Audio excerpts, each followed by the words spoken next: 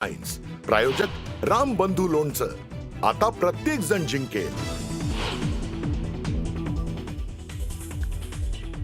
मुख्यमंत्री देवेंद्र फडणवीस उद्या दिल्ली दौऱ्यावर। केंद्रीय गृहमंत्री अमित शहा यांची भेट घेऊन राज्यातील पूरस्थितीबद्दल निवेदन देणार असल्याची माहिती।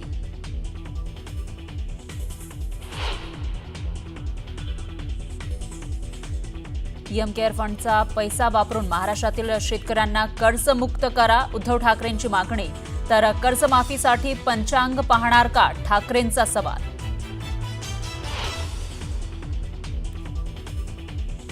एरवी रात्री होडी घालून जाणारे लोक पाहिलेत, त्यांनी आता शेतकऱ्यांसाठी केंद्र सरकारकडे जावं। सुप्रिया सुळेंचा महायुती सरकारला टोला।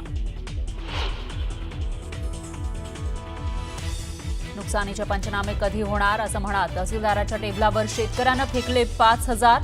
अतिवृष्टीनं बेजार झालेल्या लातूरमधील निलंग्याच्या शेतकऱ्याचा संताप।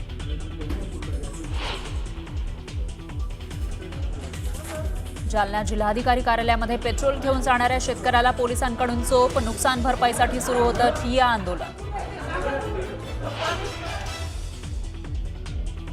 जालन्याच्या मंठा तालुक्यातील शेकडो शेतकरी घुसले जिल्हाधिकारी कार्यालयात। सरसकट नुकसान भरपाई देण्याची मागणी। पोलीस आणि आंदोलकांमध्ये बाचाबाची।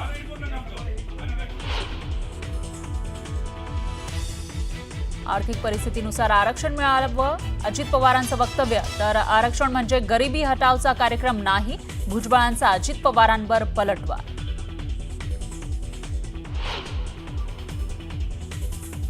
पुण्यातील कथित ड्रग्ज पार्टी प्रकरणामध्ये प्रांजल खेबलकरांना जामीन। तर खेबलकरांवर कोणाच्या तरी सांगण्यावरून गोवलं गेलं, निर्दोष सुटतील, खडसेंना विश्वास। सिडकोच्या घरांच्या किमतींबाबत चांगला निर्णय घेणार, पुढच्या 15 दिवसात बैठक लावणार, मुख्यमंत्री फडणवीसांची घोषणा।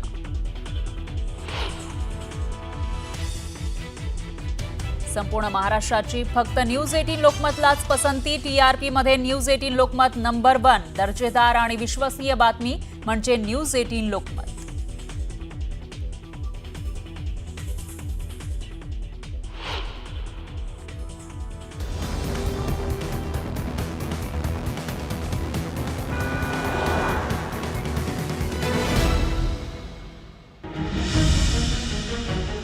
महाराष्ट्राची पसंती न्यूज 18 लोकमत। दर्जेदार बातमीला प्रेक्षकांची पसंती। फुकटची डिश नाही, बातमीचा दर्जा बोलतो। बातमी म्हणजे न्यूज 18 लोकमत।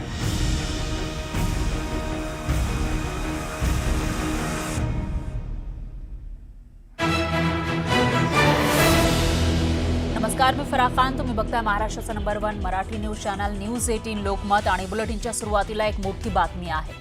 मुख्यमंत्री फडणवीस उद्या दिल्ली दौऱ्यावर जाणार आहेत। दिल्लीमध्ये काही महत्त्वाच्या बैठकांना ते उपस्थित राहणार असल्याची माहिती आहे। त्याचबरोबर महाराष्ट्रामध्ये ज्या पद्धतीनं पूरस्थिती निर्माण झाली आहे त्याविषयी सुद्धा बोलणी केली जाण्याची शक्यता आहे। मुंबई दौऱ्यावर असलेले केंद्रीय गृहमंत्री अमित शहा यांची मुख्यमंत्री फडणवीसांनी भेट घेतली आणि यावेळी राज्याचे उपमुख्यमंत्री एकनाथ शिंदेही त्यांच्या सोबत होते। तर राज्यातील पूरस्थितीबाबत यावेळी एक निवेदन मुख्यमंत्र्यांनी अमित शहांना दिलं। त्यावेळची फोटो आपण बघू शकतोय। एनडीआरएफ कडून भरीव मदतीची मागणी या निवेदनातून करण्यात आली आहे। राज्यामध्ये गेल्या काही दिवसात पूरस्थिती निर्माण झाली आहे, यामध्ये लाखो हेक्टर शेतीचं नुकसान झालंय आणि याच पार्श्वभूमीवर बळीराजाला भरीव मदतीची मागणी शेतकऱ्यांसोबत विरोधी पक्षनेत्यांकडून सुद्धा केली जाते। मुख्यमंत्री फडणवीस दिल्लीच्या दौऱ्यावर केंद्राकडे जाणार आहेत। केंद्राकडे पूरग्रस्तांसाठी भरीव निधी मागण्याची शक्यता आहे।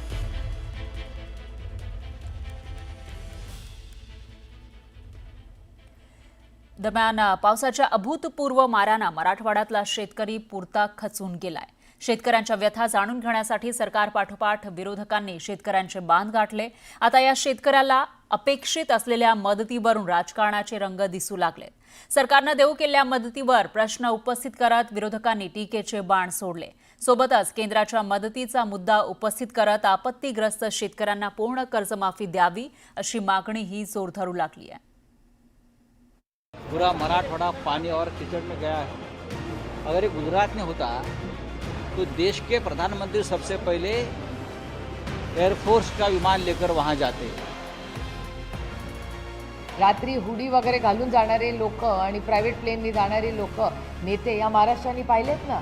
जसं तुम्ही तुमच्या कामांसाठी गेला तसं आमच्या कष्ट करणाऱ्या मायबाप शेतकऱ्यासाठी जावा. हीच वेळ आहे माझ्या संकटात सापडलेल्या शेतकऱ्याचा सातबारा गोळा करा आणि त्याला कर्जमुक्त करायची पहिली मागणी आहे.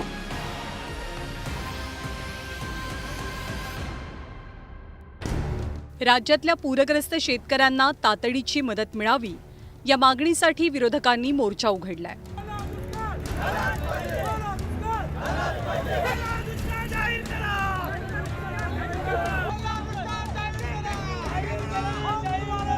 त्यामुळे राज्यासोबतच आता केंद्र सरकारही विरोधकांच्या निशाण्यावर आलंय. अतिवृष्टी आणि पुराच्या पार्श्वभूमीवर आता शेतकऱ्यांच्या कर्जमाफीचा मुद्दा ऐरणीवर आल्याचं चित्र आहे. मी तुमच्या सगळ्यांच्या वतीने मुख्यमंत्र्यांना सांगू इच्छितो की दर वेळेला तुम्ही जे सांगता की योग्य वेळी अमुक करू, योग्य वेळी तुमची योग्य वेळ येणार कधी का त्याच्यासाठी सुद्धा तुम्ही पंचायत पाळणार आहात. आमची मागणी आहे, महाराष्ट्रातल्या शेतकऱ्यांची मागणी आहे की ज्याप्रमाणे आम्ही कानपूरचा प्रयत्न केला होता तसाच हीच वेळ आहे माझ्या संकटात सापडलेल्या शेतकऱ्याचा सातबारा गोळा करा आणि त्याला कर्जमुक्त करायची पहिली मागणी आहे. मराठवाड्यावर आभाळ कोसळल्यामुळे शेतकऱ्यांची अपरिमित हानी झाली आहे. काय करू आता कसं करू. शेती खरडून गेली आहे. हातातोंडाशी आलेलं पीक मातीमोल झालंय. संसार उघड्यावर आलेत.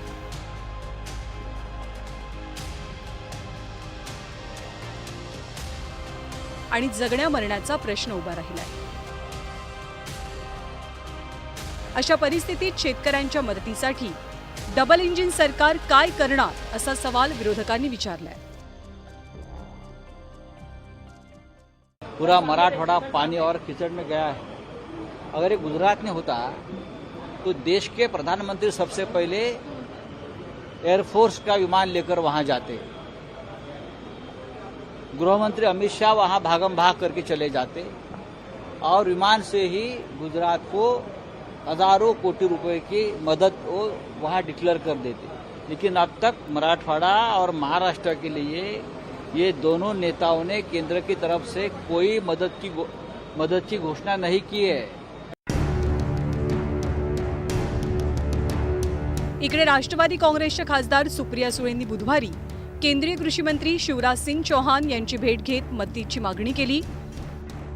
तर राज्य सरकार केंद्राकडे कधी मदत मागणार हा प्रश्न विचारतानाच देवेंद्र फडणवीसांवरही अप्रत्यक्षरित्या निशाणा साधला. आणि जेव्हा अशी अतिवृष्टी होते तेव्हा महाराष्ट्र सरकारने तातडीने प्रस्ताव हा केंद्र सरकारला पाठवायचा असतो. ती प्रक्रिया तातडीने केली पाहिजे ना महाराष्ट्र सरकारने. एरवी लहान लहान कामांसाठी केंद्र सरकारकडे रात्री हुडी वगैरे घालून जाणारे लोक आणि प्रायव्हेट प्लेननी जाणारे लोक नेते या महाराष्ट्राने पाहिलेत ना. जसं तुम्ही तुमच्या कामांसाठी गेला तसं आमच्या कष्ट करणाऱ्या मायबाप शेतकऱ्यासाठी जावा. तर राज ठाकरेंनीही राज्यातल्या पूरपरिस्थितीच्या पार्श्वभूमीवर पत्रप्रपंच करत राज्याच्या मुख्यमंत्र्यांना केंद्रातनं मदत आणण्याच्या जबाबदारीची जाणीव करून दिली आहे. राज्यानं केंद्राकडे पाठपुरावा करावा आणि मदतीचं पॅकेज केंद्राकडनं मिळवावं. त्यासाठी दिल्लीचा जो काही पाठपुरावा करावा लागेल तो करावा. फक्त स्वतःच्या वैयक्तिक तक्रारींसाठी किंवा घटक पक्षातल्या संघर्षासाठी आम्ही दिल्लीला जातो असं चित्र न दिसता सरकारमधले सगळे पक्ष राज्यासाठी पण दिल्लीत धाव घेतात हेही राज्याला दिसू दे असं म्हणत राज यांनी सरकारला शालजोडीतनं लगावलं. आम्ही ही पेरणी केली, सोयाबीन गुडघे इतकं पाणी आहे. बायकोच्या अंगावर सोनं नाणं कुडोक मुडोक करून बी भरण खत केला आणि ही परिस्थिती झाली आहे. हे सरकारने आम्हाला कर्जमाफी विमा देतो म्हणतच चाललेले आहेत. कधी देणार, कवा देणार का आम्ही मेलेवर देणार. अलीकडच्या काळात देशभरातल्या आपत्ती बाधित राज्यांना केंद्र सरकारनं वेळोवेळी मदतीचा हात देऊ केलाय. 2025 साली केंद्र सरकारनं पंजाबला 1600 कोटींची, उत्तराखंडला 106.68 कोटींची तर गेल्या वर्षी बिहारला 11,500 कोटींचं विशेष पॅकेज केंद्रानं जाहीर केलं होतं. त्यामुळे आता लवकरात लवकर महाराष्ट्रालाही मदत मिळावी अशी मागणी जोर धरते. जर आपण NDRF SDRFच्या निकषाप्रमाणे गेलो तर 8,500 रुपये प्रति हेक्टरी, म्हणजेच 2 हेक्टर पर्यंत मदत देण्याची सरकारची तयारी दिसते. 5 एकर पर्यंतच्या शेतकऱ्यांना केवळ 17,000 रुपये ही मदत मिळणार आहे. आणि या मदतीनं काय होणार आहे? पूर्ण पीक गेलं. आता सोयाबीनवर येलो मोजाक नावाचं मोठा संकट आलेलं आहे आणि त्या येलो मोजाक नावाच्या किडीमुळे एकरी 1 क्विंटल सुद्धा, 1 बोरा सुद्धा सोयाबीन होत नाहीये. मग अशा स्थितीत शेतकऱ्यांनी जगायचं की मरायचं? पावसाच्या अवकृपेमुळे लाखोंचा पोशिंदा आज मदतीची याचना करतोय. लाखोंना जगवणारा बळीराजा त्याच्याच अस्तित्वासाठी धडपडतोय. महाराष्ट्रावरचं हे संकट मोठं आहे. या अस्मानी संकटाशी लढण्यासाठी भरीव मदतीची गरज आहे. त्यामुळे डावं उजवं न करता, राजकारणात न अडकता शेतकऱ्यांना वेळेत आणि पुरेशी मदत मिळावी हीच महाराष्ट्राची राज्यकर्त्यांना विनंती आहे. Bureau report, news 18 Lokmat.